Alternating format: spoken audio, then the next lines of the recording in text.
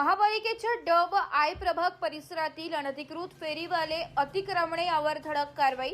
महापालिका आयुक्त अभिनव गोयल व अतिरिक्त आयुक्त योगेश गोडसे यांच्या निर्देशानुसार आणि उपायुक्त प्रसाद बोरकर यांच्या मार्गदर्शनाखाली ड प्रभाग परिसरातील चक्की नाका ते नांदिवली मलंग रस्ता तसेच 100 फुटी रस्ता परिसरात महापालिका मुख्यालयाचे पथक व ड प्रभाग कार्यालय आणि आय प्रभाग कार्यालय यांच्या पथकांमार्फत काल दिवसभरात विशेष अतिक्रमण निर्मूलन मोहीम राबवण्यात आली.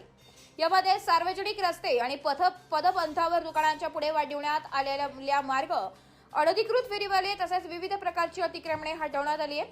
या कारवाईत 27 हातगाड्या, 3 लोखंडी स्टॉल, 4 बाकडे, 26 अनधिकृत शेड तसेच 3 होर्डिंग्स हटवून निष्कासित करण्यात आली आहे.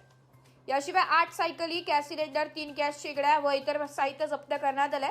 त्याचप्रमाणे रस्ते व पदपथांवर अतिक्रमण करणाऱ्या गॅरेजधारकांना तात्काळ अतिक्रमण काढून टाकण्याबाबत सक्त ताकीद देण्यात आली आहे.